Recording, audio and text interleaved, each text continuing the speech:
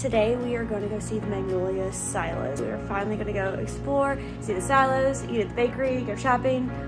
It's going to be a lot of fun.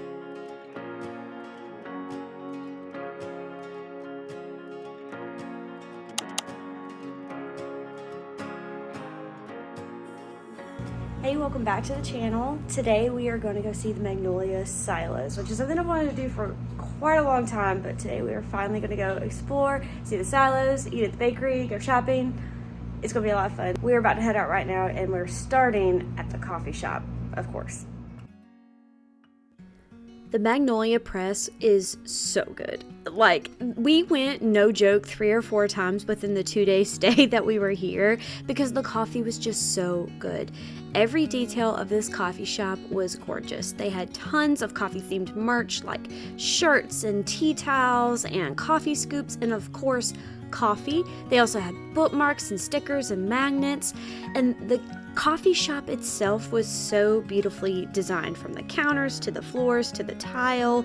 Everything was really well thought out. There was water available, either tap or sparkling, and it was just a gorgeous place that if we lived any closer, I would 100% just go here for my coffee all the time.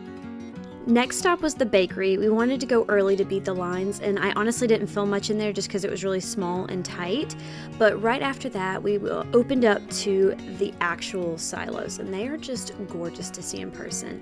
I love how they use the drains to make little gardens, and I did not expect there to be such a large garden in Magnolia. It was stunning. And this greenhouse, I'm not kidding you, it is on my Pinterest board, and I am 100% going to make this happen in my backyard at some point. Hold me to it, please. I mean it. Hold me to it because I need it. One of the coolest and most unexpected features of Magnolia was the guest book. And I have no idea how many of these they've been through, probably tons, because this one was almost full. But I just thought it was so neat, and it's positioned right outside the Magnolia Market. I definitely left my little name, and then we headed inside the home decor shop. Obviously, home decor for me is like heaven, and I was super tempted by everything. Even the seed packets were cute, and I don't know how that's possible, but they were. And my favorite section was she actually has a vintage section of things that she personally has found and put in this shop as a found and collected section. So obviously, that was my favorite. And then most of the time I was just looking at the decor to see if I could get ideas for DIYs or ways I could repurpose things I thrift. And as we were leaving, I saw this table, which is the exact color I want for the dining room. Hopping between the different shops is beautiful. And so we walked into the Magnolia home. So this was their high-end home decor. And how gorgeous are these side tables and that headboard? I need that headboard, but obviously out of my price range. And I loved the look of this quilted blanket. I definitely need to find a way to recreate that. And then I loved that super deep ottoman. It just was really unique to me, and we have room in our bedroom for it. Again, for me, half the fun was just looking at all the detail. Once we finished shopping all the main Magnolia shops and bakery and coffee shop and all of that, we came out to the lawn where the reclaimed church is. And this church is stunning. Every detail, from the doors to the inside supports to the walls, the wainscoting. I loved the contrast of the dark wood against the white shiplap. Like, I'm trying to figure out where I can recreate this moment in our house. When you exit the church, you are led out to this lawn that is flanked by 6 of the cutest little boutiques you have ever seen. Our personal favorite was Fernie's, which was the plant shop. And again, every detail and every item was just curated perfectly. And once you finish shopping the 6 boutiques, that's about it. You can kind of see here by the map that it's pretty small, but I think that adds to its charm. So we decided to hop across the street to the Findery, which is another home decor shop right in line with Magnolia. And I really loved some of these vases I found here. I really want to recreate the look of these. I've never seen one with the brown on the top like that. And then I think I can recreate this stamped look too. So let me know if you want to see those projects. It was just beautiful, again, out of our price range, so we did not buy much. Instead, we headed over to the Junkie Monkey, where we definitely found a few more things. This was a thrift store, and it was much more in line with our price range. There were some gorgeous things, but most of it was actually living out back. And so, other than this gorgeous antique candle holder, I didn't find a whole lot inside that I wanted.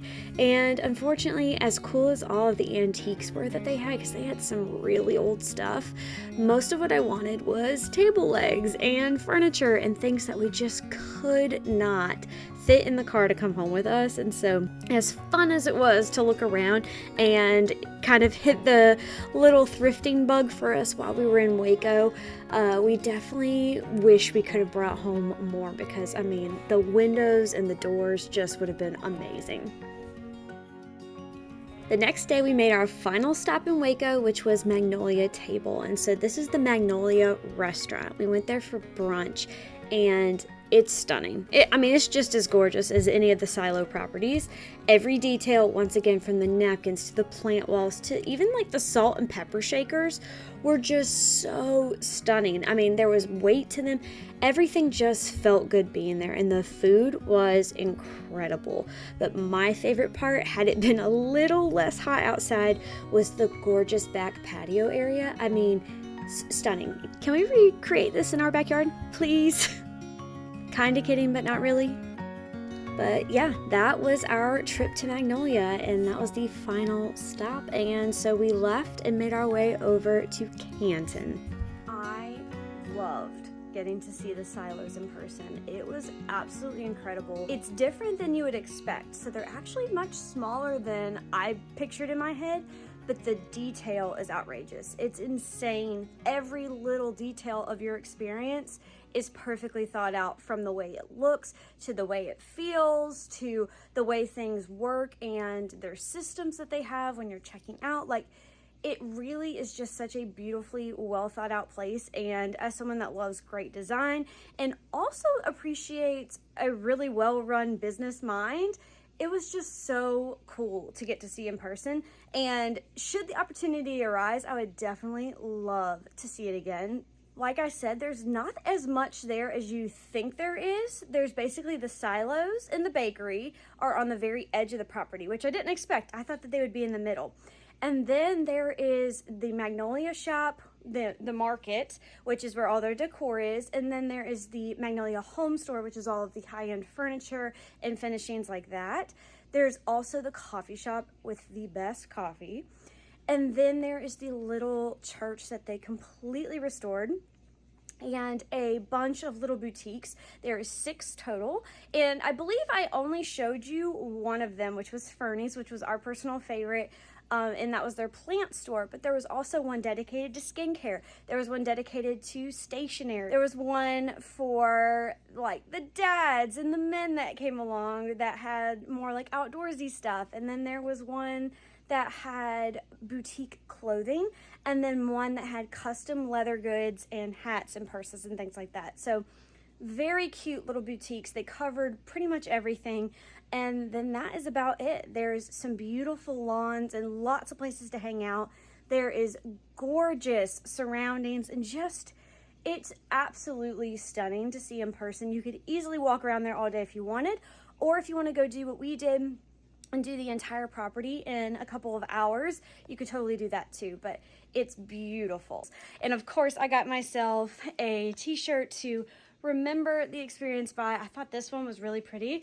I thought that it kind of exemplified the Magnolia vibe, with the black and the white. It says the market, which is the shop where all of their decor is sold. So I just thought that it was like perfect souvenir to remember our trip. I also did get a couple of packets of flower seeds just because the packaging was so pretty, and I thought it would be really fun to grow a little flower garden and to remember our Magnolia trip that way. Of course, I was super tempted by all of the decor, but I know that I just love to collect my decor. I know I love to thrift it. I know I love thrifted prices versus, full retail prices. And so for me, this felt like the perfect blend of a souvenir and also honoring the way that I personally love to decorate my home, even though the decor was absolutely stunning. And I definitely got some ideas. I hope you loved this video and coming along with me to Magnolia.